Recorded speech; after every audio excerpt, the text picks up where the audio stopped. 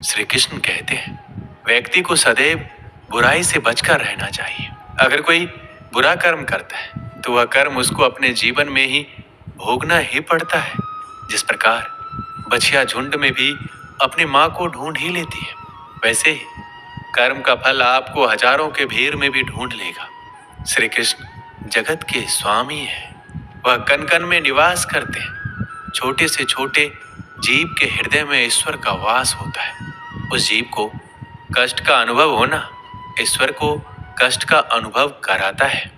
अर्थात किसी जीव को कष्ट देकर अपने ईश्वर को खुश कैसे देख सकते हैं। जीवन में आगे बढ़ने के लिए, अपनी अलग पहचान बनाने के लिए यदि आपको क्रांतिकारी बनना पड़े तो इससे पीछे ना हटे। कहने का सीधा सा मतलब है, जरूरत के हिसाब से खुद में बदलाव करें और समाज के बारे में ना सोचते हुए अपने काम पूरा करें। जीवन में दोस्तों की भूमिका बहुत अहम होती है। हम हमेशा यही सुनते हैं कि दोस्तों की पहचान हमेशा मुश्किल वक्त में ही होती है। जिस तरह भगवान कृष्ण ने पांडवों के मुश्किल वक्त में उनका साथ दिया था, वैसे ही आपको भी अपने दोस्तों का साथ देना चाहिए। इसके साथ ही आपको ऐसे ही दोस्त बनाने चाहिए जो आपके मुश्किल वक्त में आपके साथ खड़े रहे। जीवन में हार जीत लगी रहती है, लेकिन सफलता सिर्फ उसी व्यक्ति को मिलती है जो अपनी गलतियों और हार से सीख लेकर आगे बढ़े। हार कर निराश होना किसी भी समस्या का हल नहीं है। किसी भी परिस्थितियों से लड़ने के लिए उसके लिए एक बेहतर रणनीति बनाना बहुत जरूरी है। बिना रणनीति के आप हर मोर्चे पर कामयाब नहीं हो पाएंगे। यदि पांडव भी श्री कृष्ण द्वारा बनाई गई रणनीति का पालन नहीं करते, शायद कौरवों के खिलाफ युद्ध में उन्हें जीत नहीं मिलती। जीवन में सफल बनने के लिए व्यर्थ की चिंता के साथ साथ भविष्य के बारे में भी नहीं सोचना चाहिए। हमें हमेशा अपने वर्तमान को बेहतर बनाना चाहिए। यदि आप अपने वर्तमान को संवार लेते हैं तो आपका भविष्य अपने आप ही बेहतर बन जाएगा।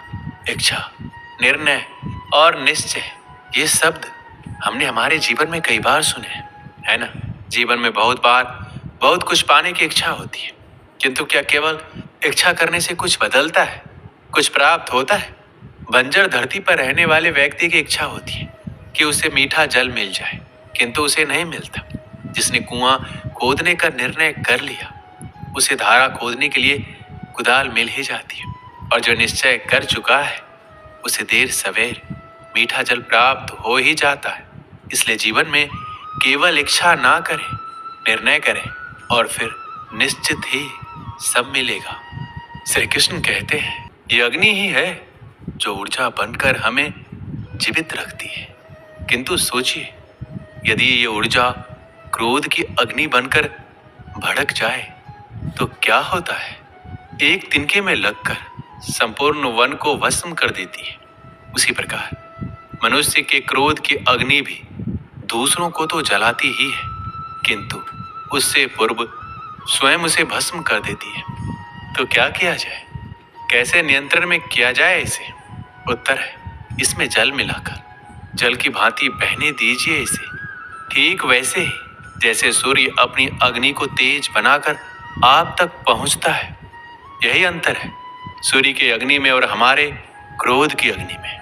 सूर्य की अग्नि बहकर छनकर हम तक आती है और इसलिए वो तेज कहलाती है। दूसरी ओर हमारे क्रोध की अग्नि की तो कोई सीमा ही नहीं है। तो अपने भीतर की ऊर्जा को क्रोध बनाकर जलाना चाहते हैं या ऊर्जा बनकर बहाना चाहते हैं, निर्णय आपका है। श्री कृष्ण कहते हैं मनुष्य में एक बड़ा ही विशेष गुण पाया जाता है, मूल्यांकन करना। क्या महंगा है, क्या सस्ता है। जिसे खरीदने के लिए अधिक धन लगे, अधिक परिश्रम लगे, वो महंगा। जिसे खरीदने के लिए कम दाम, कम परिश्रम लगे, वो सस्ता।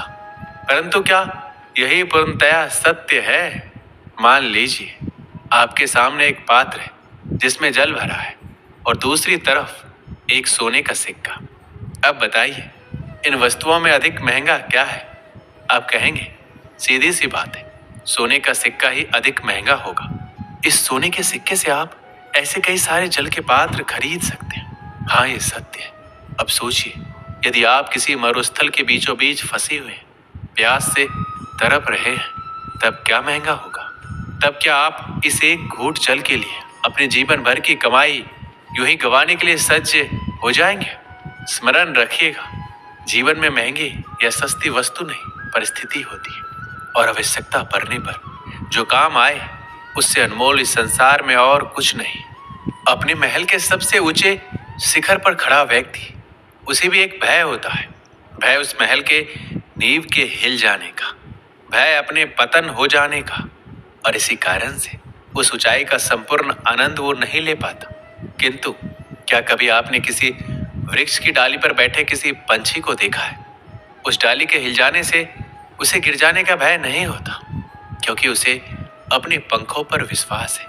इसी प्रकार हम में से अधिकतर लोग किसी न किसी सहायता से ऊंचाई पर पहुंचे हैं, किसी की सहायता से सफलता प्राप्त करते हैं, किंतु सफलता का आनंद केवल वही प्राप्त कर सकते हैं जिन्हें गिरने का भय ना हो। इसलिए किसी की सहायता पर नहीं, किसी के सामर्थ्य पर विश्वास कीजिए।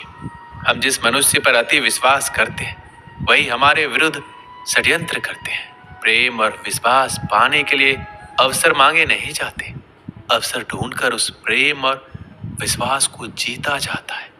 स्वार्थ से रिश्ते बनाने की कितनी भी कोशिश करें वो कभी नहीं बनते, और प्रेम से बने रिश्तों को कितना भी तोड़ने की कोशिश करें वो कभी नहीं टूटते। बुरे वक्त में हर कोई भगवान को याद करता है, पर दुनिया में बहुत ही कम लोग हैं जो अपने अच्छे वक्त में भी भगवान को याद करते हैं।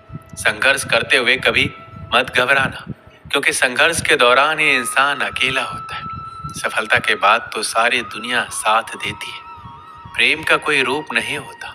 जब कोई एहसास खुद से ज्यादा अच्छा लगे तो वो प्रेम है। सच्चा स्नेह करने वाला केवल आपको बुरा बोल सकता है, कभी आपका बुरा नहीं कर सकता, क्योंकि उसकी नाराजगी में आपकी फिक्र और दिल में आपके प्रति सच्चा स्नेह होता है। परेशानी आए तो ईमानदार रहे, धन आ जाए तो सरल रहे, अधिकार मिलने पर नर्म रहे, और क्रोध आने पर शांत रहे।